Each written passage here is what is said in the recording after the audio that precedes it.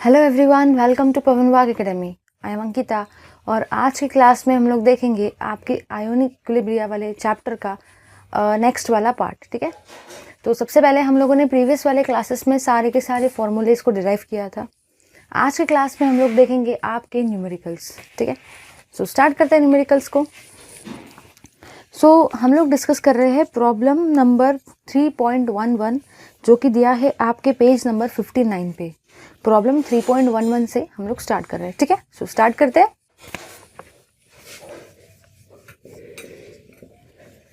सबसे पहले हम लोग लिखेंगे given data. A solution is prepared by mixing equal volume of 0.1 molar MgCl2। तो आपको गिवन डेटा दे रखा है 0.1 मोलर MgCl2। ठीक है, और आपको साथ ही साथ दे रखा है 0.3 मोलर Na2C2O4। 0.3 molar Na2C2O4। साथ ही साथ आपको टेम्परेचर दे रखा है 293 केल्विन, जो हमें ऑलरेडी कुछ काम का नहीं है। और आपको बताया गया है वुड MgC2O4 प्रेसिपिटेट आउट। वो आपको पूछ रहा है जो भी आपका ये वाला सॉल्ट है ना MgC2O4 वो प्रेसिपिटेट होगा या नहीं होगा।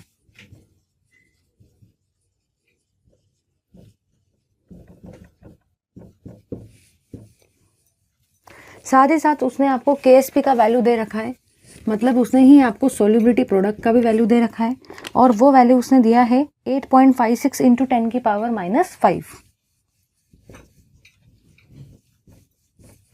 और आपको बताना है कि जो भी आपका MgC2O4 है उसका प्रेसिपिटेशन होगा या नहीं होगा, वो हम लोग को डिस्कस करना है। ठीक है, सो देखते हैं हम लोग।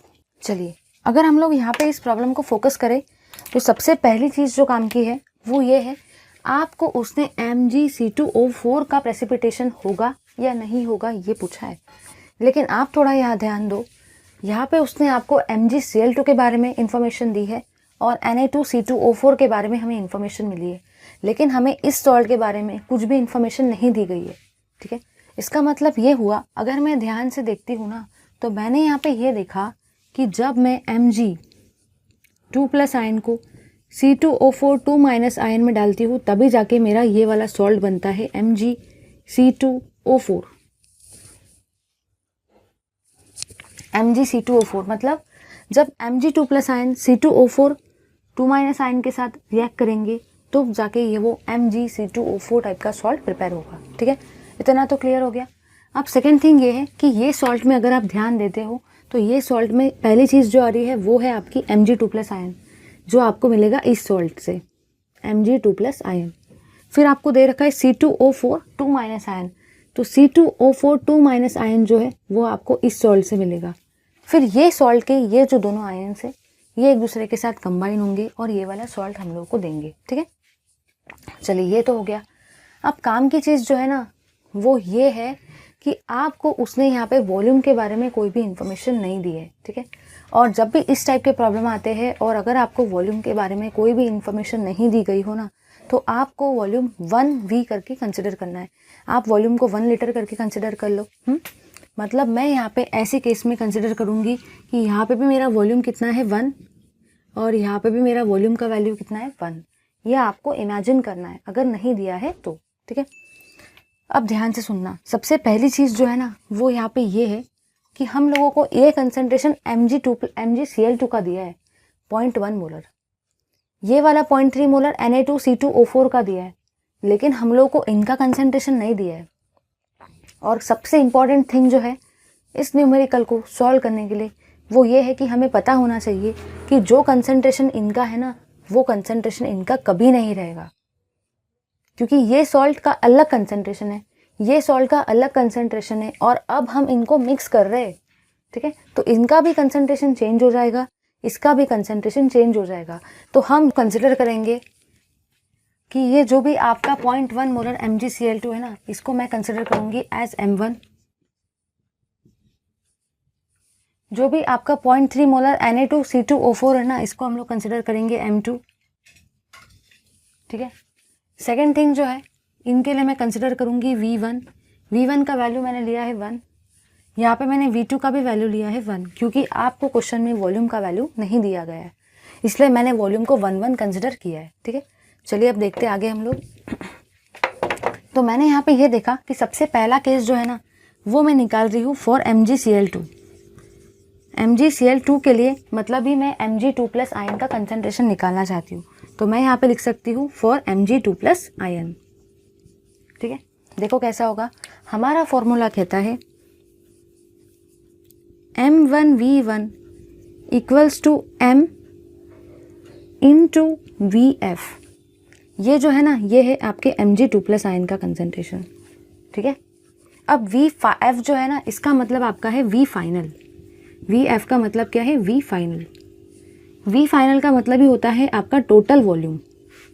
ठीक है, तो इनिशियल वॉल्यूम आपका कितना है? 1, V1 प्लस V2। V1 का वैल्यू कितना है? 1, V2 का वैल्यू कितना है? 1। तो आपका टोटल वॉल्यूम जो भी वैल्यू आया है VF का वो कितना आया है? 2, है ना, टोटल वॉल्यूम। तो मैंने अब देखो मैं क्या करूँगी, M1 का वैल्यू आपको दे रखा है 0.1 मोल इंटू V1 का वैल्यू कितना है? 1 equals to M of Mg2+, ये आपको निकालना है, इंटू VF का वैल्यू कितना है आपका? 2। तो बस आप इसको सॉल्व कर सकते हो। तो कैसे करेंगे देखो, इधर molality of Mg2+ ion equals to 0.1 into 1/2 नीचे चले जाएगा। तो यहाँ पे बस इसको आप सॉल्व करोगे तो इसका वैल्यू आएगा 0.05। ये रहेगी आपकी मोलालिटी ऑफ Mg2+ आयन। आपको कैलकुलेशन के वक्त यही वाली कंसिडर करना है, अपने मन से आप ये वाली कंसिडर नहीं कर सकते। चलिए अब हम लोग देखेंगे सेकेंड पार्ट को।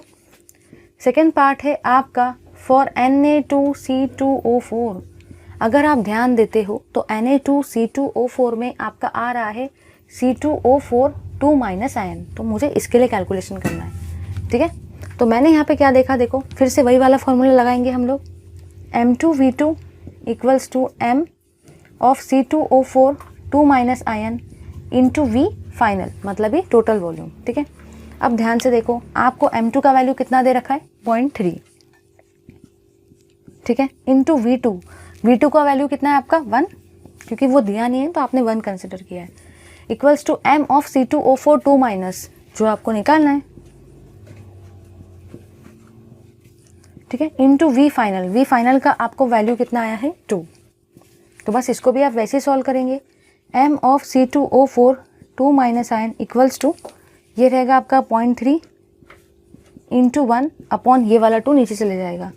तो बस इसको भी वैसे सॉल्व करेंगे तो इसका वैल्यू 0.015 के आसपास आएगा। आप लोग इसको क्रॉस चेक करके देख सकते हो, 0.15 के आसपास।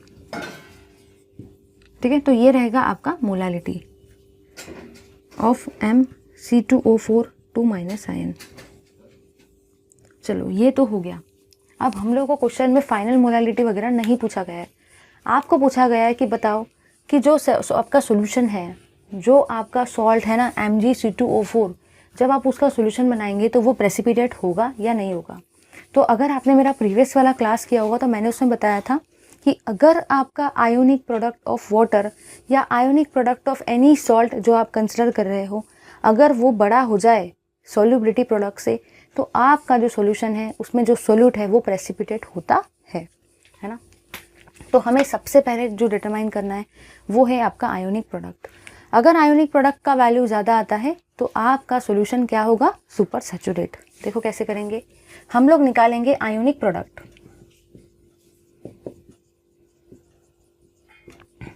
तो आयोनिक प्रोडक्ट अगर आपको निकालना है तो मैंने बताया था कि आयोनिक प्रोडक्ट को हम लोग रिप्रेजेंट करते हैं आपके आईपी से, राइट।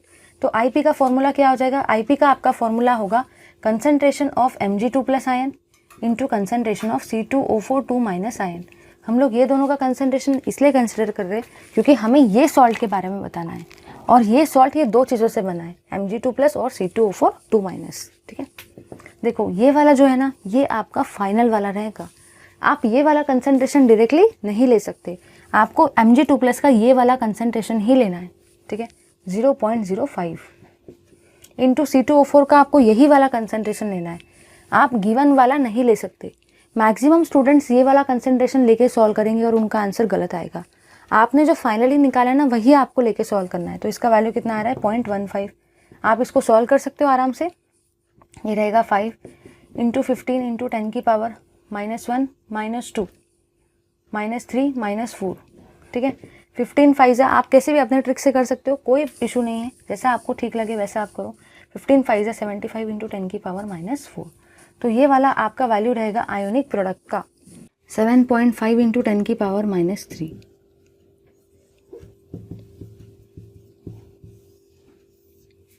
अब ध्यान से समझना, एकदम काम की चीज़ें ये वाली, ठीक है।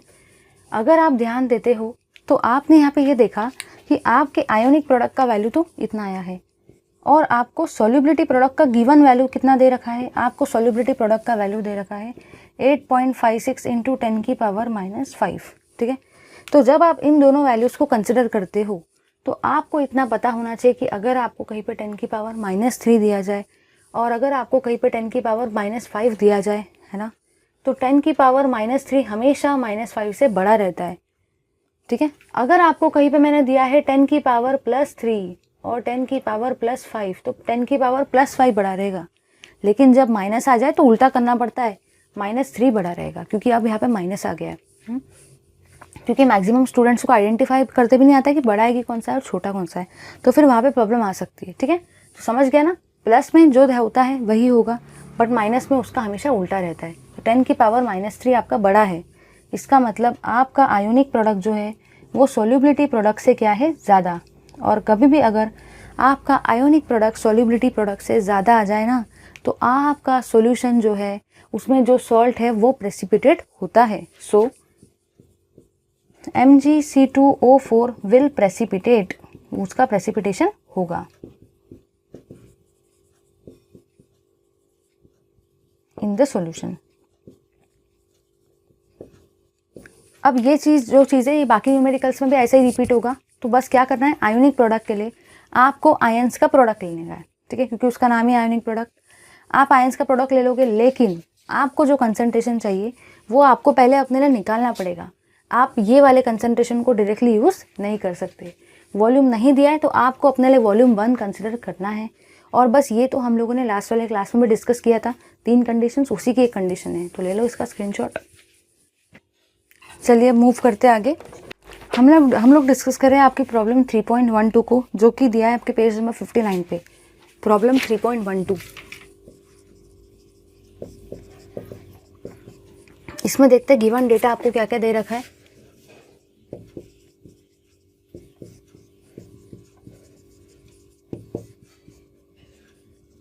क्वेश्चन पढ़ते हैं, तो solubility product of AgBr is, आपको उसने सॉल्युबिलिटी प्रोडक्ट का वैल्यू दे रखा है 5.2 × 10 की पावर -13, ठीक है। साथ ही साथ उसने आपको बोला है कैलकुलेट द सॉल्युबिलिटी, उसने आपको सॉल्युबिलिटी निकालने के लिए बोला है। ध्यान से सुनना, पहले उसने आपको सॉल्युबिलिटी निकालने के लिए बोला है इन मोल पर DM3, ठीक है। तो आपको अच्छे से पता है कि मोल पर DM3 का ही मतलब मोल पर लीटर होता है, ठीक है। दूसरी चीज़ आपने उसने आपको बोला है कैलकुलेट द सॉल्युबिलिटी इन ग्राम पर DM3, उसने आपको ग्राम पर DM3 में भी सॉल्युबिलिटी निकालने को कहा है। उसने आपको मॉलिक्यूलर मास दे रखा है ऑफ AgBr, जिसका वैल्यू दे रखा है उसने 187.8 ग्राम पर मोल। ये वैल्यू उसने आपको इतना दे रखा है। उसने आपको पूछा है कैलकुलेट करो सॉल्युबिलिटी को। तो हम लोगों ने, अगर हमें सॉल्युबिलिटी प्रोडक्ट से सॉल्युबिलिटी निकालना है या सॉल्युबिलिटी से सॉल्युबिलिटी प्रोडक्ट निकालना है, तो हम लोगों को सबसे पहला काम जो करना है ना, वो है कि उनके बीच का रिलेशन डिराइव करना है, ठीक है। रिलेशन डिराइव किए बिना हम लोग नहीं कर सकते। तो हम लोगों ने लास्ट वाले क्लास में देखा था कि अगर हम लोगों को सॉल्युबिलिटी प्रोडक्ट और सॉल्युबिलिटी के बीच में रिलेशन को डिराइव करना है तो हमारे पास क्या ट्रिक था, ठीक है। बस उसी चीज़ को यूज़ करेंगे। सबसे पहले किसी भी सॉल्ट को क्या करने का है, तोड़ने का है, ठीक है। देखो इधर मैंने सबसे पहले लिया है आपका सॉल्ट AgBr सॉल्ट को मैंने लिया है। सबसे पहले हम लोग सॉल्ट को क्या करेंगे, तोड़ेंगे, क्योंकि वो एक्वस मीडियम में जाने के बाद डिसोसिएट होता है। तो क्या क्या फॉर्म होगा, एक फॉर्म होगा आपका Ag+ कटायन और दूसरा फॉर्म आपका होगा Br1- अनायन। अब आपने यहाँ पे क्या देखा, देखना ज़रा ध्यान से देखना। Ag के भी नीचे है 1, Br के भी नीचे 1, इसलिए आपके Ag कितने हैं 1, इसलिए Ag भी है 1। आपके Br कितने हैं 1, ठीक है। और चार्ज देने का जो सवाल अगर उठता है तो वो मैंने आपको लास्ट वाले क्लास में बताया था कि चार्ज के वक्त हमेशा हम लोग क्या करते हैं, चार्ज देते वक्त हमेशा हम लोग क्रॉस मल्टीप्लिकेशन करते हैं, ठीक है। जो इसके नीचे रहेगा वो इस Ag का चार्ज रहेगा, जो इसके नीचे रहेगा वो इसका चार्ज रहेगा। चार्ज देते वक्त हमेशा क्रॉस मल्टीप्लाई करने का, ठीक है। समझ में आ गया ये चीज़, इतना तो क्लियर है। चलिए अब हमको करना है आगे। हमारा जो रिलेशन था वो ये कहता है कि जो भी आपका KSP होता है ना, उसी का मतलब होता है x की पावर x इंटू वाई की पावर y इंटू सॉल्युबिलिटी की पावर x प्लस वाई। अगर आप ध्यान देते हो तो ये है आपका x का वैल्यू, ये है आपका y का वैल्यू। हमने लास्ट क्लास में बहुत सारे प्रैक्टिस लिए थे इस टाइप के क्वेश्चंस की। देखो x का वैल्यू है आपका 1, तो मैं क्या लिखूंगी 1 की पावर 1। y का वैल्यू आपका कितना है 1, तो मैं यहाँ पे भी क्या लिखूंगी 1 की पावर 1 इंटू सॉल्युबिलिटी की पावर x प्लस वाई, मतलब 1 प्लस 1, ठीक है। 1 की पावर 1 मतलब भी आपका 1 रहेगा, 1 की पावर 1 1 इंटू सॉल्युबिलिटी की पावर 2, 1 प्लस 1 2 हो जाएगा ना। इसका मतलब KSP का वैल्यू आपका कितना आया है s का स्क्वायर। निकल गया रिलेशन। पहले रिलेशन निकालना, कभी भी पेपर में आपको रिलेशन नहीं दिया जाएगा, रिलेशन आपको खुद को अपने लिए निकालना है, ठीक है ना। रिलेशन निकालने के लिए कभी भी आपको सॉल्व को तोड़ना पड़ेगा, राइट। चलिए अब इसी चीज़ को यूज़ करते हैं।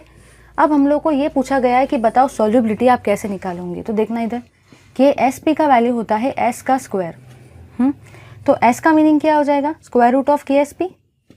कुछ भी नहीं करना है, इसको मैंने स्क्वायर रूट ले लिया दोनों साइड में। स्क्वायर रूट ऑफ KSP का वैल्यू आपको कितना दे रखा है 5.2 इंटू 10 की पावर -13। देखो इधर ये वाला वैल्यू दे रखा है ना, 5.2 इंटू 10 की पावर -13, ठीक है। चलो अगर इस टाइप की चीज़ अगर आ जाए ना तो घबराना नहीं है, और 5.2 का स्क्वायर रूट लेते भी नहीं बैठने का है, नहीं तो आपका पूरा प्रॉब्लम उसी में, पूरा टाइम उसी में चले जाएगा और आपका क्वेश्चन भी सॉल्व नहीं होगा, ठीक है। देखो इधर कैसे करेंगे। आपको जब इस टाइप के क्वेश्चन को सॉल्व करना है ना तो हमेशा आपको याद रखना है आप लोगे स्क्वायर रूट। मैं इस पॉइंट को यहाँ पे शिफ्ट करवा देती हूँ, तो ये क्या बन जाएगा 52.0। जब मैंने यहाँ से इस पॉइंट को यहाँ पे शिफ्ट करवा दिया है ना, एक मिनट, जब मैंने यहाँ से इस पॉइंट को यहाँ पे शिफ्ट करवा दिया है तो अब ये बन गया आपका 52.0, ठीक है, इंटू 10 की पावर। अब ध्यान से सुनना, एक पॉइंट यहाँ से शिफ्ट करवाया है तो यहाँ पे हो गया -1, -13 पहले से था, -13 स्टेप बाय स्टेप जाएंगे, ठीक है। देखो क्या होगा 52.0 इंटू 10 की पावर -1 और -13 कितना होता है -14। अब आप इजीली स्क्वायर रूट निकाल सकते हो। अगर आपको 52 का स्क्वायर रूट निकालना है तो 52 के स्क्वायर रूट के लिए कैलकुलेशंस करते नहीं बैठने का है, सिर्फ इतना समझ लो 7 7 जा 49 होता है। 49 से ये 3 या 4 नंबर ज़्यादा है, इसका मतलब ये 7.2 के आसपास होगा। अप्रॉक्सीमेशन वाले मेथड से आपको चलना है, ठीक है। इंटू 10 की पावर -14 का जब आप स्क्वायर रूट लेने जाते हो तो कितना हो जाएगा -7। आपको उससे डिवाइड करना है 2 से, समझ गया। तो इन शॉर्ट एक बार फिर से देखते हैं हम लोगों ने क्या क्या देखा। मैंने बस आपको इतना ही बताया है कि अगर आपको ऐसा टर्म आ जाए तो आपको पैनिक नहीं होना है, आपको सॉल्युबिलिटी निकालते वक्त इस पॉइंट को यहाँ से शिफ्ट करवा देने का है। तो ये आपका बन जाएगा 52.0। ये था 10 की पावर -13। आप -13 को 2 से डिवाइड नहीं कर पाएंगे, इसलिए मैंने इसको शिफ्ट करवा दिया, तो अब ये -14 बन गया। ये इवन नंबर बन गया है, अब मैं इसको इजीली 2 से डिवाइड कर सकती हूँ स्क्वायर रूट निकालते वक्त, तो ये -7 आ गया। 7 7 जा 49 होता है, तो ये 7.2 के आसपास आएगा। काम की बात जो है ना वो ये है, आप जो इग्नोर करते हो ये सॉल्युबिलिटी आपकी ग्राम पर DM क्यूब में आई है या मोल पर DM क्यूब में आई है, तो आपको पता होना चाहिए ये जो सॉल्युबिलिटी है ना, ये सॉल्युबिलिटी आपकी मोल पर DM क्यूब में आई है, क्योंकि आपने मोलर सॉल्युबिलिटी को कंसिडर किया है, ठीक है, नॉर्मल सॉल्युबिलिटी को कंसिडर नहीं किया है। तो ये आपकी जो यूनिट रहेगी ये मोल पर DM क्यूब रहेगी। मोल पर DM क्यूब को ही हम लोग मोल पर लीटर भी बोलते हैं। ये पता होना चाहिए। अगर यही नहीं पता तो आप वहाँ पे अगर आपने सिर्फ वैल्यू निकाला तो मिस्टेक हो जाएगा, ठीक है। देखो इधर फिर मैंने आप लोगों को एक रिलेशन बताया था कि अगर आपको ग्राम पर लीटर निकालने का है मतलब ही आपको ग्राम पर डीएम क्यूब निकालने का है ना, तो आपको मोल पर डीएम क्यूब को मल्टीप्लाई करना पड़ता है किससे? मॉलिक्यूलर मास से। ये रिलेशन भी मैंने आपको लास्ट वाले क्लास में बताया था। तो मोल पर डीएम क्यूब का वैल्यू आपको कितना दे रखा है? 7.2 इंटू 10⁻⁷ ठीक है, मोल पर डीएम क्यूब। आपको इससे किससे मल्टीप्लाई करना पड़ेगा? मॉलिक्यूलर मास से। कितना वैल्यू है?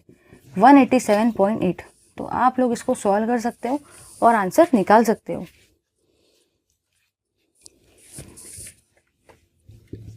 वन 1.35 इंटू 10⁻⁴ ठीक है, ये रहेगा आपका सोल्यूबिलिटी इन ग्राम पर लीटर और ग्राम पर डीएम क्यूब। कुछ भी ले सकते हो क्योंकि डीएम क्यूब ही लीटर होता है। जिसको ये नहीं पता मैं उनके लिख दे रही हूँ, डीएम क्यूब का मतलब ही 1 लीटर होता है। ठीक है, ले लो इसका स्क्रीनशॉट। समझ में आ गया ना? काम की चीज़ ये न्यूमेरिकल सॉल्व करना बहुत आसान है, सिर्फ आपको रिलेशन निकालते आना चाहिए।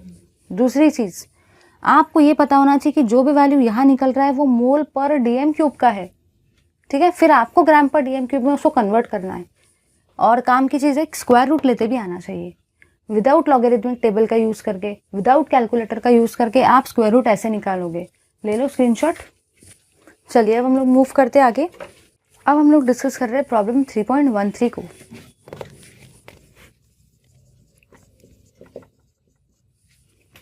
इसमें आपको गिवन डेटा दे रखा है, देखते हैं गिवन डेटा। गिवन डेटा का आपको वैल्यू दे रखा है 20 centimetre cube of 0.05 molar BaNO3 2 times. ठीक है, आपको दे रखा है वॉल्यूम V1 का वैल्यू उसने दे रखा है 20 सेंटीमीटर क्यूब। ठीक है, और आपको उसने कंसंट्रेशन भी दे रखा है। ठीक है, जो आपको कंसंट्रेशन उसने दिया है वो है 0.05 मोलर BaNO3 2 टाइम्स। ठीक है, साथ ही साथ उसने आपको V2 का वैल्यू दे रखा है। V2 का वैल्यू डिस्कस किया है उसने, मतलब दिया है 20 सेंटीमीटर क्यूब, वो भी 20 है। ठीक है, और उसका कंसंट्रेशन उसने आपको दे रखा है 0.02 मोलर NaF, 0.02 मोलर NaF। ठीक है, उसने आपको बोला है KSP का वैल्यू, उसने आपको KSP का वैल्यू भी दे रखा है, मतलब इस सॉल्युबिलिटी प्रोडक्ट का वैल्यू दे रखा है BaF2 का। सॉल्युबिलिटी प्रोडक्ट जो है उसने आपको BaF2 का दे रखा है, उसका वैल्यू उसने दिया है 1.7 इंटू 10⁻⁶। उसने आपको बोला है बताओ जो आपका BaF2 है वो प्रेसिपिटेट होगा या नहीं होगा, ये उसने आपको पूछा है। BaF2 प्रेसिपिटेट होगा या नहीं होगा। टू फाइंड BaF2 जो है विल प्रेसिपिटेट और नॉट।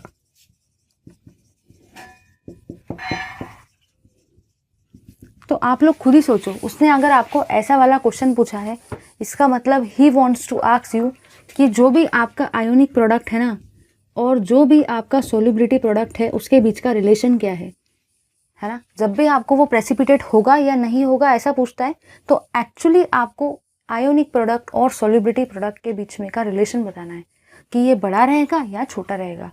इसका मतलब ये है, अगर आपको रिलेशन देना है तो सबसे पहले आपको क्या कैलकुलेट करना पड़ेगा? Ionic product. ये प्रॉब्लम बिल्कुल फर्स्ट वाले प्रॉब्लम की जैसा ही है। चलिए देखो अब यहाँ पे क्या होगा। सबसे पहली चीज़ तो हम लोगों को बिल्कुल हमारा टेक्निक यूज़ करना है।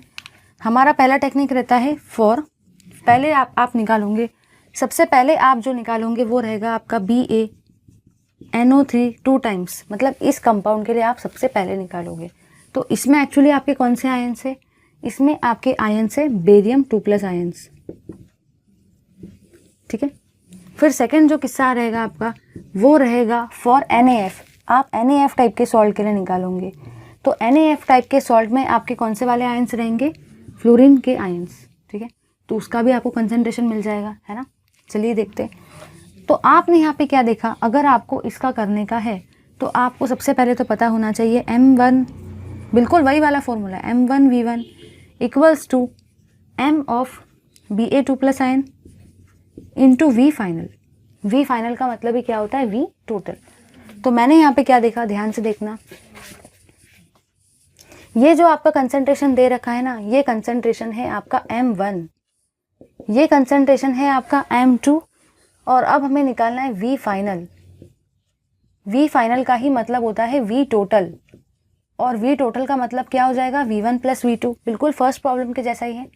देखो V1 का वैल्यू है 20, V2 का वैल्यू है 20, तो 20 प्लस 20 कितना हो जाएगा 40।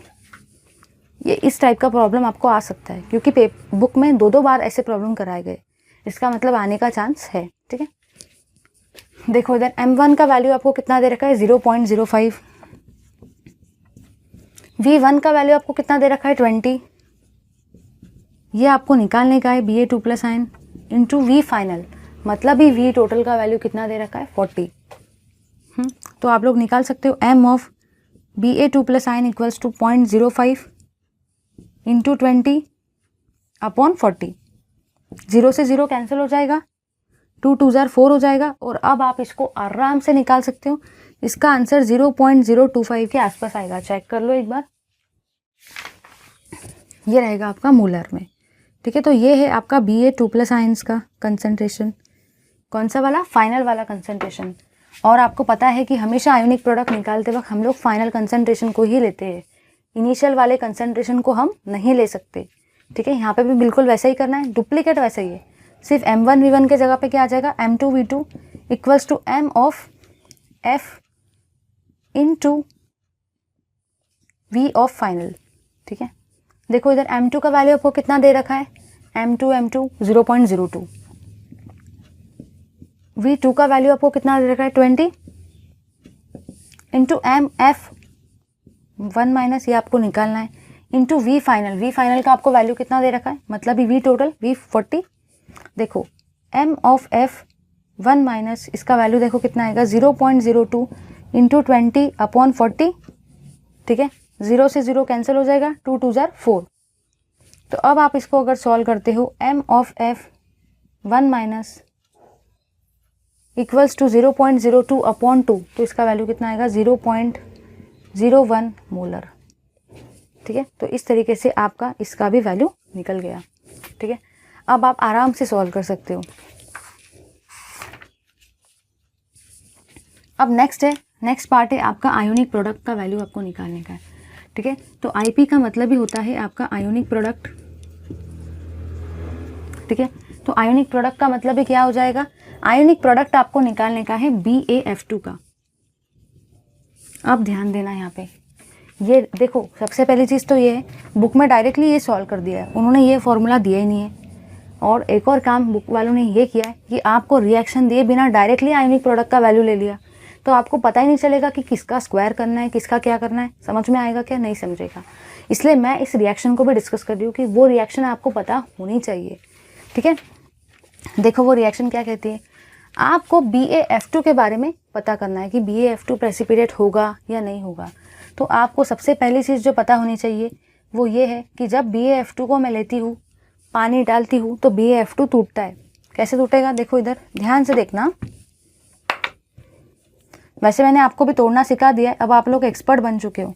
देखो यहाँ पे BaF2 दे रखा है, Ba के नीचे कुछ भी नहीं दिया है, इसका मतलब क्या है वहाँ पे 1। ठीक है, अगर मुझे इसको तोड़ के लिखना है तो मैं कैसे लिखूंगी, Ba प्लस F, ध्यान से देखना, Ba कितने हैं 1, इसलिए मैंने लिखा है 1, F कितने हैं 2, इसलिए मैंने लिखा है 2। चार्ज के लिए हमेशा हम लोग क्या करते हैं, क्रॉस मल्टीप्लाई, तो Ba के ऊपर का चार्ज कितना रहेगा +2, F के ऊपर का चार्ज कितना रहेगा 1 माइनस, अगर एक है प्लस तो दूसरा क्या रहेगा माइनस। चलो ये तो हो गया। दूसरी चीज़, ये 2 इधर जाएगा, ये 1 इधर जाएगा, क्योंकि चार्जेस के लिए हमेशा क्रॉस मल्टीप्लाई। अब समझ में आ गया। अगर मुझे आयोनिक प्रोडक्ट निकालना है ना, आयोनिक प्रोडक्ट और IP ऑफ BaF2, तो देखो मैं कैसे लिखूंगी, ये मैं लिखूंगी Ba2 प्लस आयन, ये मैं लिखूंगी F-1 आयन। बट अब ध्यान देना, काम की चीज़ जो है ना वो ये है कि Ba की स्टोइकियोमेट्री है 1, इसलिए Ba का पावर भी क्या रहेगा 1। F की स्टोइकियोमेट्री है 2, इसलिए F का पावर कितना रहेगा 2। समझ में आया, बुक में डायरेक्टली ये पावर दे रखे हैं 1 और 2, बट क्या आपको डायरेक्ट पढ़ने के बाद समझ में आता था ये 1 2 कहाँ से आया है, नहीं। इसके लिए रिएक्शन पढ़ना ज़रूरी है, आप रट्टा नहीं मार सकते। ठीक है, Ba2 प्लस का आयन, अब ये वाला कंसंट्रेशन यूज़ करना है या ये वाला, फिट कर लो दिमाग में ये हम लोग यूज़ नहीं कर सकते। आपको यही वाला कंसंट्रेशन यूज़ करना है Ba2+ का 0.025 इंटू F1 माइनस का कंसंट्रेशन आपको कितना दे रखा है 0.01। इसका स्क्वायर है तो इसका स्क्वायर, इसका 1 स्क्वायर लेना मत भूलना, ठीक है। अब इसको अगर आपको सॉल्व करने का है तो आप लोग पहले बात तो क्या करोगे, इसको ऐसे ही लोगे, इसका कैलकुलेशन करेंगे, इसका कैलकुलेशन करेंगे और पूरा का पूरा गड़बड़ करके रख देंगे। तो आपको क्या करना है, ध्यान से सुनो, ये इधर जाएगा, इधर जाएगा, इधर जाएगा। मैंने 3 बार शिफ्ट करवाया तो अब मैं इसको 25.0 इंटू 10 की पावर -3 भी लिख सकती हूँ, क्योंकि मैंने 3 बार शिफ्ट कराया, 1 टाइम, 2 टाइम और 3 टाइम। पॉइंट को 3 बार शिफ्ट करा इसलिए 3 आया, राइट साइड में शिफ्ट करा इसलिए -3 आया। देखना इधर, ध्यान से देखना। इस चीज़ को अगर मुझे लिखना है तो मैं कैसे लिखूंगी, देखो इधर, इधर और इधर 2 बार शिफ्ट कराया तो मैं इसको 1 इंटू 10 की पावर -2 भी लिख सकती हूँ, क्योंकि मैंने इसको पॉइंट को 2 बार शिफ्ट करा है राइट साइड में, वो भी ऊपर में क्या है, स्क्वायर। 25.0 इंटू 10 की पावर -3 इंटू 1 का स्क्वायर कितना होता है 1। लेकिन जब मैं 10 की पावर -2 का स्क्वायर लूँगी तो ये दोनों मल्टीप्लाई हो जाएंगे, तो 10 की पावर -4। तो इसको मैं ऐसा भी लिख सकती हूँ 25.0 इंटू 10 की पावर -3 -4 कितना होता है -7। तो ये रहेगा आपका आयोनिक प्रोडक्ट का वैल्यू। ये आयोनिक प्रोडक्ट का वैल्यू आया है और सोल्यूबिलिटी प्रोडक्ट का आपको वैल्यू 10 की पावर -6 में दे रखा है। तो आप इसको -6 में भी कन्वर्ट कर सकते हो अपने लिए और देख सकते हो, ठीक है। तो मैं इसको ऐसा भी लिख सकती हूँ 2.5 इंटू 10 की पावर -6। आप अपने कंफर्ट के हिसाब से देख सकते हो, ठीक है। या फिर आप ऐसे भी लिखो, चलेगा, कोई इशू नहीं है, ठीक है। कैसे भी लिख सकते हो, जैसी आपकी इच्छा। तो मैंने यहाँ पे जब ऑब्जर्व किया IP के वैल्यू को और KSP के वैल्यू को, तो मैंने यहाँ पे ये जाना कि जो भी मेरा IP है ना वो बड़ा है KSP से। ये है आपके IP का वैल्यू, ठीक है, ये वाला वैल्यू। ये है आपका KSP का वैल्यू। IP का वैल्यू KSP के वैल्यू से क्या है, बड़ा है। और जब भी IP का वैल्यू KSP के वैल्यू से बड़ा आ जाए तो सॉल्यूशन में प्रेसिपिटेशन होता है। सो प्रेसिपिटेशन ऑकर्स, ठीक है। तो आज के क्लास में जो आपका टॉपिक बचता है वो है ली Chatelier's principal, common ion effect और सॉल्युबिलिटी। ये तीनों पार्ट जो आपके लास्ट में है इस चैप्टर के, वो हम लोग इस लेक्चर में कवर करने की पूरी कोशिश करें, मतलब लेक्चर में कवर हो जाएगा, ठीक है। अब काम की चीज़ ये है कि अगर हम लोग कॉमन आयन इफेक्ट को पढ़ने जाते हैं तो कॉमन आयन इफेक्ट को पढ़ने के लिए वी रिक्वायर वन प्रिंसिपल। वो प्रिंसिपल होता है ली चार्टेलियस प्रिंसिपल। अगर हमें वो प्रिंसिपल नहीं पता तो हम लोग कॉमन आयन इफेक्ट को उतने बेस्ट तरीके से नहीं पढ़ सकते। इसलिए मैं आपको कॉमन आयन इफेक्ट पढ़ाने से पहले ली चार्टेलियस प्रिंसिपल पढ़ाऊंगी, उसके बाद हम लोग कॉमन आयन इफेक्ट को कंटिन्यू करेंगे, ठीक है। सो स्टार्ट करते हैं ज़्यादा टाइम वेस्ट के बिना, ली चार्टेलियस प्रिंसिपल।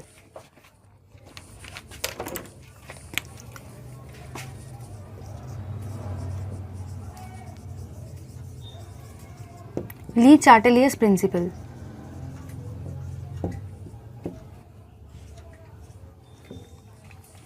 एक्चुअली ये प्रिंसिपल को ली चार्टेलियस नाम के साइंटिस्ट ने दिया था, इसलिए इसका नाम भी फिर रख दिया गया ली चार्टेलियस प्रिंसिपल, ठीक है।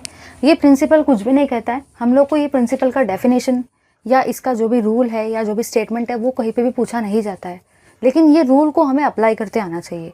अगर ये रूल हमें अप्लाई करते नहीं आता तो हम लोग चीज़ों को बेस्ट तरीके से नहीं समझ सकते, ठीक है। तो ये रूल क्या कहता है देखते हैं हम लोग। ये रूल ये कहता है कि सपोज़ मैंने 2 चीज़ें ली है, अगर मैंने कोई भी एक लिया है रिएक्टेंट A और दूसरा मैंने कोई भी एक रिएक्टेंट लिया है B, और सपोज़ ये दोनों, ये है आपका रिएक्टेंट A और ये है आपका प्रोडक्ट B, और सपोज़ इन दोनों के बीच में एक इक्विलिब्रियम एग्जिस्ट कर रहा है, मतलब ये जो आपकी रिएक्शन है ये इक्विलिब्रियम में है। लेटस से ये है आपका रिएक्टेंट और लेटस से ये है आपका प्रोडक्ट, ठीक है, और ये है आपका इक्विलिब्रियम जो इन दोनों रिएक्टेंट और प्रोडक्ट के बीच में एग्जिस्ट कर रहा है। तो ली चार्टेलियस प्रिंसिपल्स जो है उनका ये कहना है कि अगर सपोज A का कंसंट्रेशन है ज़्यादा, अगर A का कंसंट्रेशन है आपका ज़्यादा, अगर A का कंसंट्रेशन हाई है तो जो भी आपकी रिएक्शन है ना, जो भी आपका इक्विलिब्रियम रहेगा वो B के साइड शिफ्ट होगा। मतलब जो भी आपके रिएक्शन का डायरेक्शन रहेगा वो हमेशा शिफ्ट होगा अपोजिट साइड में। फिर से समझते हैं, अगर ए का कंसंट्रेशन है ज़्यादा तो जो भी आपका इक्विलिब्रियम है ना, इक्विलिब्रियम का मतलब ही ये जो दो एरो है वो शिफ्ट होगा towards B, shift towards B, वो आपका बी की तरफ शिफ्ट होना स्टार्ट होगा, क्योंकि इसका कंसंट्रेशन कैसा है, ज़्यादा, इसलिए इक्विलिब्रियम शिफ्ट हुआ बी की तरफ। ठीक है। सेकेंड पॉइंट आपका ये कहता है, अगर बी का कंसंट्रेशन इंक्रीज हो जाए ना, अगर बी का कंसंट्रेशन ज़्यादा हो जाए, अगर इसका कंसंट्रेशन बढ़ गया तो रिएक्टेंट किस साइड शिफ्ट होगी, रिएक्शन जो है वो आपकी ए के साइड शिफ्ट होगी। ठीक है। इसका मतलब ये हुआ कि जो भी आपका इक्विलिब्रियम है, यानी कि जो भी आपकी रिएक्शन है वो शिफ्ट होगा ए के साइड में, शिफ्ट टुवर्ड्स ए। समझ गया? तो बस आपको बस इतना याद रखना है, अगर इसका कंसंट्रेशन बढ़ा तो रिएक्शन इसके साइड शिफ्ट होगी, अगर इसका कंसंट्रेशन बढ़ा तो रिएक्शन इसके साइड शिफ्ट होगी। रिएक्शन जो है वो शिफ्ट इसलिए होती है ताकि दोनों की तरफ बैलेंस मेंटेन रहे। अगर इसका कंसंट्रेशन बढ़ गया ना तो रिएक्शन इसके साइड शिफ्ट हो जाती है ताकि कंसंट्रेशन वापस से इक्वलाइज हो जाए। अगर इसका कंसंट्रेशन बढ़ जाए ना तो रिएक्शन इसके साइड शिफ्ट हो जाएगी ताकि कंसंट्रेशन जो है वो मेंटेन रहे दोनों के बीच में, इक्विलिब्रियम जो है वो मेंटेन रहे दोनों रिएक्टेंट और प्रोडक्ट के बीच में। ठीक है। तो ये होता है आपका ली चार्टेलियस प्रिंसिपल।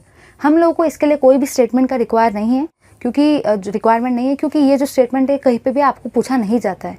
हाँ, लेकिन अगर आपको ये चीज़ समझ गई है तो अब आपको कॉमन आयन इफेक्ट पे इसको अप्लाई करते आएगा। ठीक है। तो आप इस चीज़ का पहले स्क्रीनशॉट ले लो।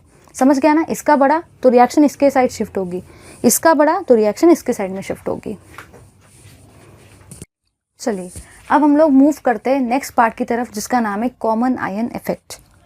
अगर देखा जाए ना तो कॉमन आयन इफेक्ट वाला टॉपिक बहुत ज़्यादा इंटरेस्टिंग है, और कॉमन आयन इफेक्ट वाले टॉपिक को आपको रटने की या लर्न करने की बिल्कुल भी ज़रूरत नहीं है, क्योंकि इसके नाम में ही सब कुछ लिखा हुआ है। अगर हमें वो चीज़ समझ जाए तो हम इस टॉपिक को बहुत इंटरेस्टिंगली, बहुत ईजियर तरीके से समझ सकते हैं।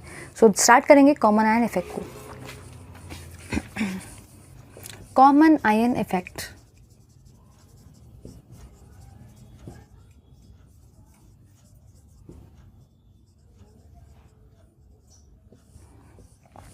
कॉमन आयन इफेक्ट को अगर मुझे समझना है या इसकी डेफिनेशन को मुझे समझना है तो सबसे पहले मैं आपको डेफिनेशन लिखा के नहीं दूंगी, क्योंकि अगर मैंने आपको डेफिनेशन पहले लिखा के दिया तो आपको समझ में नहीं आएगा और आपको रट्टा मारना पड़ेगा। तो पहले हम लोग समझते हैं इस कंसेप्ट को और उसके बाद हम लोग डेफिनेशन को देख लेंगे। फिर आप डेफिनेशन खुद ही फ्रेम कर सकते हो अगर आपको कंसेप्ट समझ गया तो। सो देखते हैं हम लोग सबसे पहले कंसेप्ट को। तो अगर मुझे कंसेप्ट को देखने का है तो सबसे पहले मुझे एक चीज़ कंसिडर करनी पड़ेगी। मुझे कंसिडर करना है एक वीक एसिड को मुझे कंसिडर करने का है, और वो जो वीक एसिड है वो मैं ले रही हूँ एसिटिक एसिड। क्योंकि आपको याद होगा, आपने अगर मेरे प्रीवियस वाले क्लासेस किए, सॉल्यूशन के क्लासेस किए, सॉल्यूशन वाले चैप्टर के और इस वाले चैप्टर के, तो मैंने आपको लिस्ट लिखा के दी थी। तो वीक एसिड के लिस्ट में था आपका एसिटिक एसिड। तो मैं इस एसिटिक एसिड को, वीक एसिड को कंसिडर कर रही हूँ। ये है आपका एसिटिक एसिड। ठीक है। और साथ ही साथ मैं इसके अंदर में कंसिडर कर रही हूँ salt of weak acid and strong base. मतलब मैं कोई भी बीकर ले लो आप, या कोई भी एक आप कंटेनर ले लो, आप उसमें क्या ले रहे हो, सबसे पहले आपने उसके अंदर लिया है वीक एसिड को, जिसका नाम है एसिटिक एसिड। साथ ही साथ आपने एक और चीज़ ली है salt of weak acid and strong base. तो जो भी आपका वीक एसिड है वो तो एसिटिक एसिड ही रहेगा, और जो भी आपका स्ट्रॉन्ग बेस है वो क्या रहेगा, NaOH। तो देखो इधर देखना ज़रा ध्यान से, अगर हम लोग साइड में देखें तो वीक एसिड है आपका एसिटिक एसिड। ठीक है। और इस वीक एसिड के अंदर में मैं डालूंगी स्ट्रॉन्ग बेस, मतलब ही NaOH। जब भी एसिड और बेस एक दूसरे के साथ रिएक्ट करते तो हमेशा आपका क्या फॉर्म होता है, सॉल्ट प्लस पानी। तो देखो यहाँ पे क्या फॉर्म होगा, तो एसिटिक एसिड और NaOH अगर आपने लिया है तो ये है आपका एसिड और ये है आपका बेस। और जब भी एसिड और बेस एक दूसरे के साथ रिएक्ट करते तो हमेशा क्या क्या फॉर्म होता है, सॉल्ट प्लस पानी। तो यहाँ पे सबसे पहले आप क्या बनाओगे, सबसे पहले आप यहाँ पे पानी को बाहर निकाल दोगे। देखो यहाँ से निकलेगा OH और यहाँ से निकलेगा H, तो पानी निकल गया बाहर। पानी के साथ ही साथ और क्या क्या बचता है, यहाँ पे आपका बच रहा है एसिटेट आयन और यहाँ पे आपका बच रहा है Na, तो ये दोनों कंबाइन करके आपके क्या बनाएंगे, सॉल्ट। हमेशा जब भी आप एसिड और बेस की रिएक्शन कर रहे हो ना, सबसे पहले एक चीज़ दिमाग में फिट कर लेना कि आपको H और OH को, मतलब पानी को, सबसे पहले बाहर निकाल देना। जो भी आपका बच गया वो क्या रहेगा, आपका सॉल्ट। तो इस तरीके से आपका यहाँ पे ये वाला सॉल्ट बनता है, ठीक है। चलिए इधर देखते हैं हम लोग। तो यहाँ पे मुझे पहले बोला गया है वीक एसिड, तो सबसे पहले मैंने वीक एसिड जो आपका एसिटिक एसिड है उसको ले लिया। सेकेंड चीज़ में आपको यहाँ ये बोला गया है consider the salt of weak acid and strong base. तो ये है आपका वीक एसिड जो कि एसिटिक एसिड है, और स्ट्रॉन्ग बेस जो कि NaOH है, उससे क्या फॉर्म हो रहा है, सॉल्ट। और मुझे यहाँ पे लिखने का है सॉल्ट को। तो सॉल्ट का जो वैल्यू है, मतलब सॉल्ट का जो कंपाउंड आपका आया है वो है CH3COONA। इसको हम लोग बोलते हैं सोडियम एसिटेट। सोडियम एसिटेट ये सॉल्ट एक, ठीक है। अब हम लोग देखेंगे हमारे रिएक्शन को। अब अगर मैं दोनों का डिसोसिएशन कंसिडर करती हूँ, अगर मैं एसिटिक एसिड का भी डिसोसिएशन कंसिडर करती हूँ और एसिटेट आयन का भी, तो चलिए अब हम लोग कंसिडर कर रहे हैं डिसोसिएशन को। तो मुझे एक बात बताना, सबसे पहले जो मैंने लिया है, सबसे पहले मैंने लिया है एसिटिक एसिड को, सेकेंड केस में मैंने लिया है एसिटेट आयन को, ठीक है। अब आप लोग खुद सोचो, मैंने प्रीवियस वाले क्लासेस में भी आपको बहुत बार डिस्कस कराया है, आई होप आपको सबको याद होगा। मैंने आपको ये बताया था कि जब भी हम लोग किसी भी वीक चीज़ की बात करते हैं तो क्या हम लोग डबल एरो लगाते हैं या सिंगल एरो लगाते हैं, हम लोग लगाते हैं 2 एरोज। इसीलिए ये है आपका वीक एसिड। एसिटिक एसिड कैसा एसिड होता है, वीक एसिड। और जब भी कोई वीक चीज़ आ जाती है तो हम लोग 2 एरो का यूज़ करते हैं, मतलब ये हम लोग इक्विलिब्रियम वाले साइन का यूज़ करते हैं।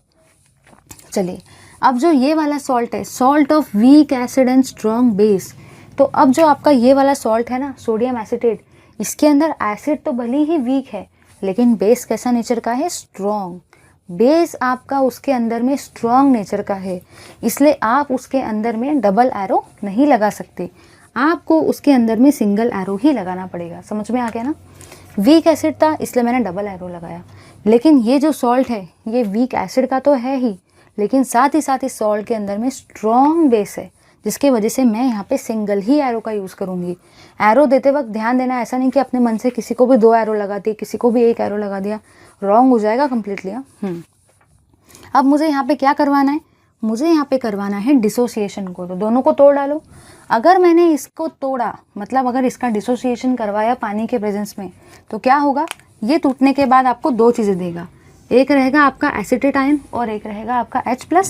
तो पहले मैंने निकाला है H+ को और दूसरा मैंने निकाला है एसिटेट आयन को, ठीक है।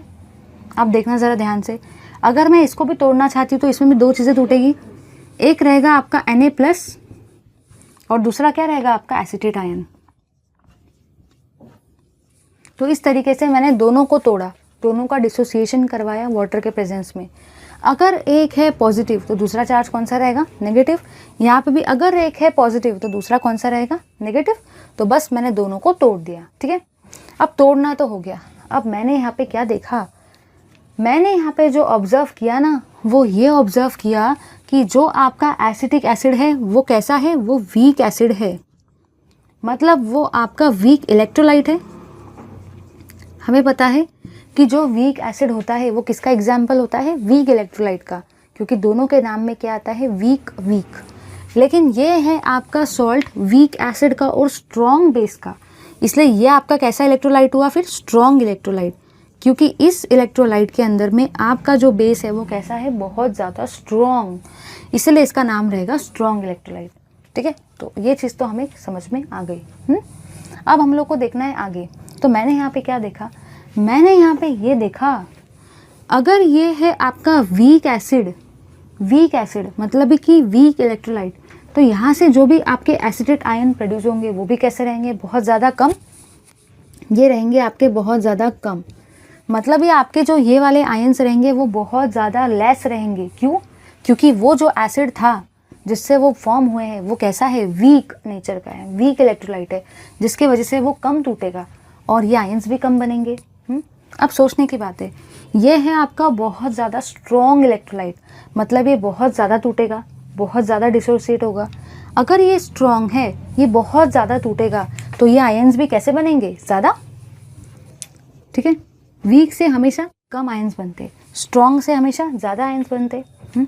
अब ध्यान से देखना, मैंने यहाँ पे ये देखा कि जो आयन इसके अंदर में फॉर्म हुए थे, मतलब जो आयन आपकी फर्स्ट रिएक्शन में फॉर्म हुए हैं, वही वाले आयन तो आपके सेकेंड रिएक्शन में भी फॉर्म हुए ना। मतलब दोनों रिएक्शन में आपका जो आयन है वो कैसा है, common. Acetate ion second reaction में भी फॉर्म हो रहा है, फर्स्ट रिएक्शन में भी, तो दोनों के दोनों रिएक्शन में आपके जो आयन है वो कैसे है, कॉमन। चलो अब मुझे एक बात ध्यान से बताना, यहाँ पे इसका कंसंट्रेशन है ज़्यादा, यहाँ पे इसका कंसंट्रेशन है कम। अगर मैं कम को ज़्यादा के अंदर मिला दूँ तो ये ज़्यादा ही बन जाएगा। यहाँ पे आपके आयंस का कंसंट्रेशन है कम क्योंकि ये वीक नेचर का है। यहाँ पे आपके आयंस का कंसंट्रेशन है ज़्यादा क्योंकि ये स्ट्रॉन्ग नेचर का है। और अगर मैंने इन दोनों को मिलाया, क्योंकि ये तो एक ही बीकर में हम लोग ले रहे हैं ना, अगर मैंने इन दोनों को मिलाया तो कंसंट्रेशन कैसा रहेगा, ये आयंस का ज़्यादा। ओवरऑल कंसंट्रेशन जो रहेगा, ओवरऑल ये ज़्यादा ही रहेगा। इसका मतलब इसका भी कंसंट्रेशन ज़्यादा हो जाएगा, इसका भी कंसंट्रेशन ज़्यादा हो जाएगा, क्योंकि हम लोग एक ही बीकर में दोनों के दोनों रिएक्शन को करवा रहे हैं। तो एक कम है एक ज़्यादा है, तो ओवरऑल क्या हुआ, ज़्यादा। अब मुझे एक बात ध्यान से बताना, ली चार्टेलियस प्रिंसिपल हमें क्या कहता है। ली चार्टेलियस प्रिंसिपल मुझे ये कहता है कि अगर एक साइड का कंसंट्रेशन बढ़ जाए तो रिएक्शन अपोजिट साइड में शिफ्ट होती है। फिर से सुनना, अगर एक साइड का, क्योंकि इसलिए मैंने आपको पहले ली चार्टेलियस प्रिंसिपल पढ़ाया ताकि आपका कंसेप्ट ही ना वो क्लियर हो जाए। अगर एक साइड का कंसंट्रेशन बढ़ जाए, ये कम था ये ज़्यादा था, ओवरऑल तो ज़्यादा ही हुआ ना। अगर एक साइड का कंसंट्रेशन बढ़ जाए तो रिएक्शन आपके अपोजिट साइड में शिफ्ट हो जाएगी, है ना। इसका मतलब मैंने यहाँ पे ये जाना कि द कॉमन आयन, जो भी मेरा कॉमन आयन है ना, जिसका नाम है एसिटेट आयन, जो कि दोनों के दोनों रिएक्शन में कैसा है, कॉमन। कंसंट्रेशन इंक्रीजेस, उसका जो भी ओवरऑल कंसंट्रेशन है ना वो इंक्रीज हो रहा है। ओवरऑल कंसंट्रेशन उसका इंक्रीज हो रहा है, ठीक है। So according to Le Chatelier's principal,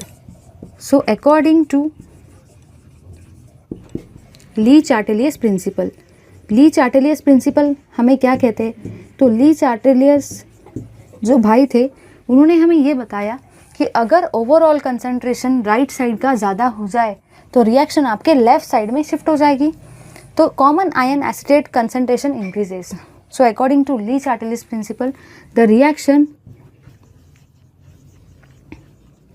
shifts in opposite side, shifts in opposite direction. Reaction जो है वो शिफ्ट हो जाएंगी अपोजिट डायरेक्शन में, ठीक है। मतलब ही मैं ये कहूँगी कि जो भी आपकी रिएक्शन है ना वो शिफ्ट होंगी टुवर्ड्स एसिटिक एसिड, क्योंकि इसका कंसंट्रेशन बढ़ गया है तो रिएक्शन आपकी इधर शिफ्ट हो जाएंगी, अपोजिट साइड में शिफ्ट हो जाएंगी, मतलब इस साइड में शिफ्ट होगी। तो जो भी रिएक्शन है वो किस साइड शिफ्ट हो रही है, एसिटिक एसिड के साइड में। इतना समझ में आ गया। अब मुझे एक बात बताना, अगर एसिटिक एसिड के साइड में रिएक्शन शिफ्ट हो रही है, इसका मतलब जो भी इसका डिसोसिएशन था वो कैसा हो गया है, वो सप्रेस्ड हो गया है। अब ये टूट नहीं पाएगा, अब ये डिसोसिएट भी नहीं हो पाएगा, क्योंकि रिएक्शन जो है वो इसकी तरफ शिफ्ट हो गई है। समझ में आया ना।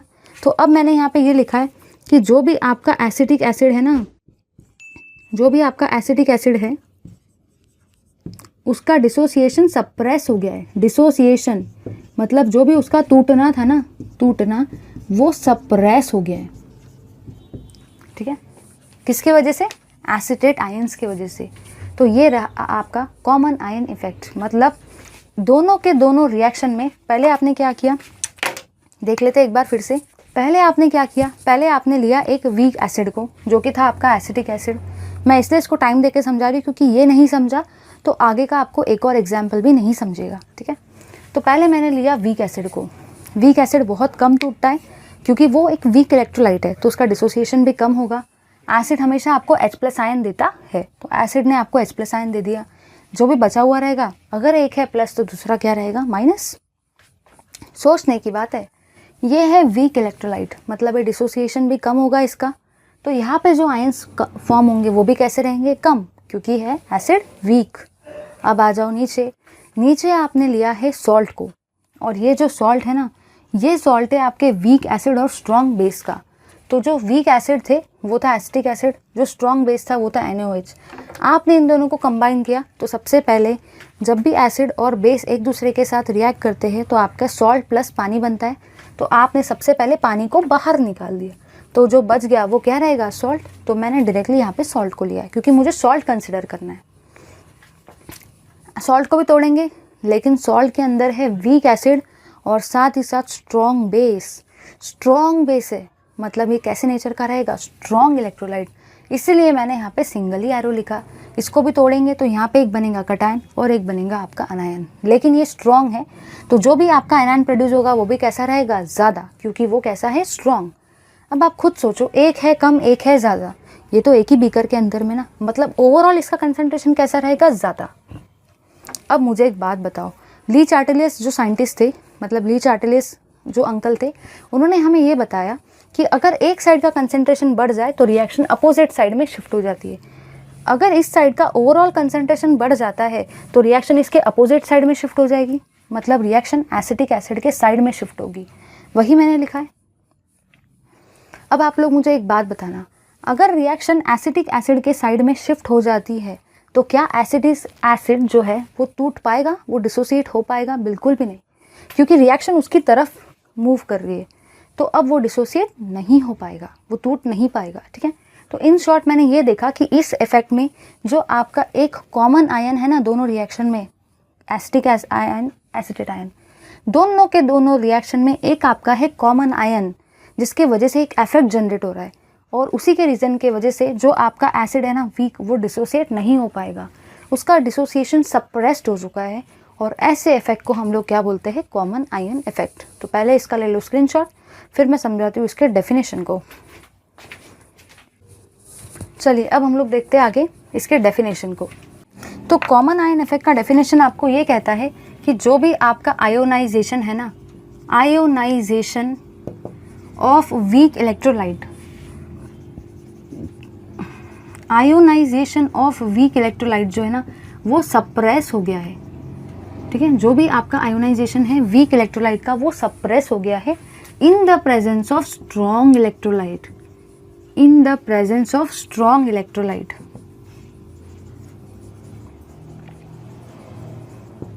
मतलब आपने एक वीक इलेक्ट्रोलाइट लिया, एक स्ट्रॉन्ग लिया है, तो जो वीक इलेक्ट्रोलाइट है उसका जो भी आपका आयोनाइजेशन है वो सप्रेस्ड हो गया है, उसका आयोनाइजेशन सप्रेस्ड हो गया है किसके प्रेजेंस में, स्ट्रॉन्ग इलेक्ट्रोलाइट के प्रेजेंस में, which contains a common ion, which contains a common ion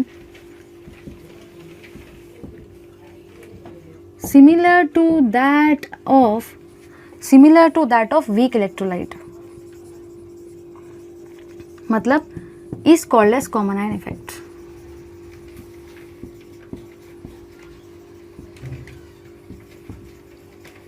इसका मतलब ये हुआ कि आपको बस याद रखना है कि अगर आपको कॉमन आयन इफेक्ट आ गया तो आपको बस इतना ही याद रखना है कि जो वीक इलेक्ट्रोलाइट था उसका आयोनाइजेशन सप्रेस्ड हो गया, किसके प्रेजेंस में, स्ट्रॉन्ग इलेक्ट्रोलाइट के प्रेजेंस में। और क्यों सप्रेस हुआ, क्योंकि उन दोनों के दोनों में आयन कैसा था, कॉमन, इसलिए इस इफेक्ट का नाम भी क्या है, कॉमन आयन इफेक्ट। अब आप लोग मेरे को एक एग्जाम्पल का आंसर करना। अगर कोई बहुत पतला सा इंसान खड़ा है, ठीक है, और अगर कोई बहुत मोटा सा इंसान खड़ा है, यहाँ पे है बहुत पतला सा इंसान और यहाँ पे है बहुत ही मोटा सा इंसान, समझ जाओ ये है आपका वीक इलेक्ट्रोलाइट, समझ जाओ ये है आपका स्ट्रॉन्ग इलेक्ट्रोलाइट। और अगर आप लोग कोई बहुत खतरनाक वाला WWF का सपोज मैच खेल रहे हो, तो आपने वहाँ पे ये देखा कि ये जो मोटा वाला इंसान है ना, ये इस पतले वाले इंसान को पूरी तरह से सप्रेस कर देगा।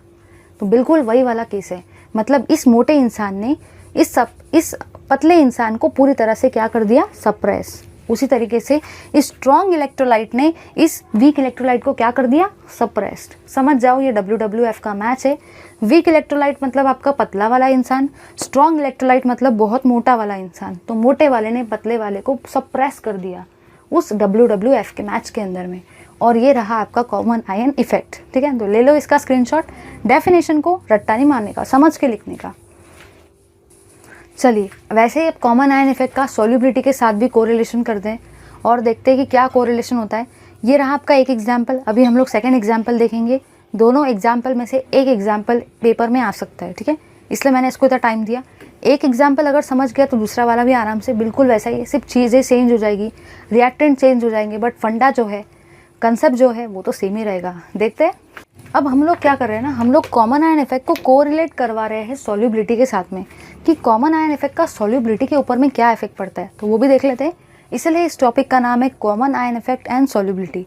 तो जिसको कॉमन आयन इफेक्ट समझ गया ना, उसके लिए बहुत आसान है, इसलिए मैंने ज़्यादा टाइम देके आपको एक ही बार में समझा दिया। अब दूसरी बार में आप लोग खुद भी कर सकते हो।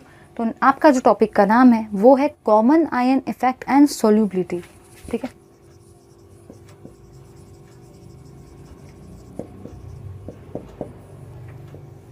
देखते हैं कॉमन आयन इफेक्ट और सॉल्युबिलिटी को। अब सपोज मैंने यहाँ पे भी वही वाला काम किया है, मैंने एक कंसिडर किया है आपके वीक इलेक्ट्रोलाइट को, मतलब आप समझ जाओ अपने लैंग्वेज में पतले इंसान को। WWF का मैच है, एक है आपका पतला इंसान। पतला इंसान जो मैंने लिया है वो है आपका AgCl, और एक मैंने लिया है मोटा इंसान, वो है आपका स्ट्रॉन्ग इलेक्ट्रोलाइट, ठीक है। स्ट्रॉन्ग इलेक्ट्रोलाइट में जो आपने सॉल्ट लिया है वो है AgNO3। तो ये है आपका पतला मतलब वीक, ये है आपका काफ़ी मोटा मतलब स्ट्रॉन्ग। अब मुझे एक बात बताओ, जो वीक इलेक्ट्रोलाइट होता है हम लोग उसमें कौन सा एरो यूज़ करते हैं? डबल एरो, क्योंकि वो वीक है। ये है स्ट्रॉन्ग इलेक्ट्रोलाइट, और जो भी चीज़ स्ट्रॉन्ग होती है उसमें हम लोग कैसा एरो यूज़ करते हैं? Single arrow. दोनों के दोनों को तोड़ डालो, अगर आपने इसको तोड़ा तो एक बनेगा आपका Ag+, अगर एक है प्लस तो दूसरा क्या रहेगा? माइनस। यहाँ पे भी इसको तोड़ेंगे, अगर एक है प्लस तो दूसरा क्या रहेगा? माइनस। यहाँ पे सिंगल क्यों आया? क्योंकि ये कैसा है? स्ट्रॉन्ग इलेक्ट्रोलाइट, ठीक है। चलिए ये तो समझ में आ गया। अब मैंने यहाँ पे क्या देखा, मुझे आप लोग खुद ही बताना, बिल्कुल वही वाला कंसेप्ट है। ये है आपका वीक इलेक्ट्रोलाइट, और वीक चीज़ जो होती है वो बहुत कम डिसोसिएट होती है, बहुत कम आयोनाइज होती है, बहुत कम टूटती है, जिसके वजह से जो यहाँ पे Ag+ आयन फॉर्म हो रहे हैं वो भी कैसे रहेंगे? बहुत ज़्यादा कम। ये भी कैसे रहेंगे? कम, क्योंकि ये वीक नेचर का है तो डिसोसिएट भी कम होगा, तो आयन्स भी कम प्रोड्यूस होंगे। अब सोचो, ये है आपका स्ट्रॉन्ग इलेक्ट्रोलाइट मतलब बहुत मोटा इंसान, तो ये बहुत स्ट्रांगली डिसोसिएट होगा, बहुत जल्दी टूटेगा और पूरी तरह से टूटेगा। तो आपके जो भी Ag+ आयन यहाँ पे प्रोड्यूस होंगे वो कैसे रहेंगे? ज़्यादा, क्योंकि ये कम्प्लीटली डिसोसिएट हुआ है। अगर एक है कम, दूसरा है ज़्यादा, तो ये तो एक ही बीकर के अंदर में ना, तो ओवरऑल कैसा रहेगा? ज़्यादा। तो मैंने यहाँ पे ये देखा कि ओवरऑल ये रहेगा आपका ज़्यादा, ठीक है। एक कम एक ज़्यादा, ओवरऑल ज़्यादा। अब आप लोग मुझे एक बात बताना, अगर मैं यहाँ पे ली चार्टेलियस प्रिंसिपल को लगाती हूँ, तो मैंने यहाँ पे ये देखा कि ली चार्टेलियस प्रिंसिपल जो है वो मुझे ये कहते हैं, ली चार्टेलियस अंकल, उन्होंने मुझे ये बताया कि अगर एक साइड का कंसंट्रेशन बढ़ जाए तो रिएक्शन अपोजिट साइड में शिफ्ट हो जाएगी। इस साइड का कंसंट्रेशन ओवरऑल आपका ज़्यादा हो गया है, बढ़ गया है, तो रिएक्शन अब अपोजिट साइड में शिफ्ट हो जाएगी। मतलब जो भी आपकी रिएक्शन है वो अब AgCl की तरफ शिफ्ट हो जाएगी अपोजिट साइड में, क्योंकि इधर का बढ़ गया है तो इधर शिफ्ट हो जाएगी। तो मैंने यहाँ पे ये जाना कि जो भी मेरा रिएक्शन है ना, यानी कि जो भी मेरा इक्विलिब्रियम है ना, इक्विलिब्रियम वो शिफ्ट होगा टूवर्ड्स AgCl। इक्विलिब्रियम AgCl की तरफ शिफ्ट हो जाएगा, क्योंकि इसका कंसंट्रेशन क्या हो गया है? बढ़ गया है, तो रिएक्शन इसके साइड शिफ्ट हो जाएगी। और ये जो हो रहा है ये किसके लिए हो रहा है? According to Le Chatelier's principle. Le Chatelier's uncle के वजह से ये पॉसिबल हो पाया है कि हम लोग इसको स्टडी कर पाए। ली चार्टेलियस अंकल मत लिखना, प्रिंसिपल लिखना, ठीक है। तो ली चार्टेलियस अंकल ने हमें बताया कि इसका कंसंट्रेशन अगर बढ़ गया तो रिएक्शन इसकी तरफ शिफ्ट हो जाएगी, ठीक है। तो रिएक्शन शिफ्ट हो गई AgCl की तरफ। सेकेंड पॉइंट, अब मुझे एक बात बताना, अगर रिएक्शन AgCl की तरफ शिफ्ट हो गई तो जो भी आपका AgCl है ना, उसका जो भी आयोनाइजेशन है ना, या उसका जो भी डिसोसिएशन है ना, वो कैसा हो जाएगा? वो सप्रेस हो जाएगा बाय Ag+ आयन, ठीक है। तो यहाँ पे आपका AgCl का आयोनाइजेशन कैसा हो गया? सप्रेस्ड हो गया, क्योंकि रिएक्शन अब इसकी तरफ शिफ्ट हो गई है, तो ये पूरी तरह से दब जाएगा। तो इस स्ट्रॉन्ग वाले ने, इस मोटे वाले इंसान ने इस पतले वाले इंसान को, मतलब वीक वाले इंसान को क्या किया है? दबोच लिया है और उसको पूरी तरह से सप्रेस कर दिया है WWF के मैच में, ठीक है। आ जाओ अब नेक्स्ट इधर में। अब मैंने एक और चीज़ यहाँ पे क्या जानी, मैंने यहाँ पे ये देखा कि दोनों के दोनों रिएक्शन में आपका जो Ag+ आयन है ना वो कैसा है, कॉमन। तो मुझे एक बात बताना, ये इफेक्ट का नाम भी क्या रहेगा, कॉमन आयन इफेक्ट, क्योंकि आपके दोनों के दोनों रिएक्शन में आयन कैसा है, कॉमन, इसलिए इसका नाम कैसा रहेगा, effect is known as common ion effect, common ion effect.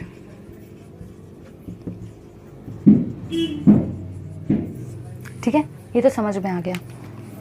अब काम की चीज़ जो है ना वो ये है कि अगर इसका डिसोसिएशन सप्रेस हो जाए, सोचो, थोड़ा सा दिमाग लगाओ, इस टॉपिक का नाम ही है common ion effect and solubility. तो कॉमन आयन इफेक्ट तो मैंने डिस्कस कर लिया, सॉल्युबिलिटी के बारे में भी कुछ बताना पड़ेगा। तो मैंने यहाँ पे ये जाना कि इस टाइप के रिएक्शन में जो भी आपकी सॉल्युबिलिटी रहेगी ना AgCl की, वो भी डिक्रीज होगी, क्योंकि रिएक्शन किस साइड में शिफ्ट हो रही है, AgCl के साइड में। तो मैंने यहाँ पे ये जाना कि जो भी मेरी सॉल्युबिलिटी है ना, सॉल्युबिलिटी ऑफ AgCl वो भी कैसी होगी, decrease due to common ion effect.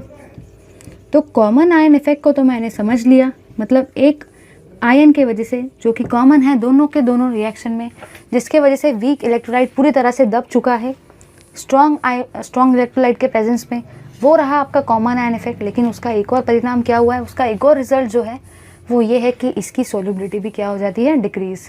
इसलिए मैंने इस टॉपिक का नाम है common ion effect and solubility.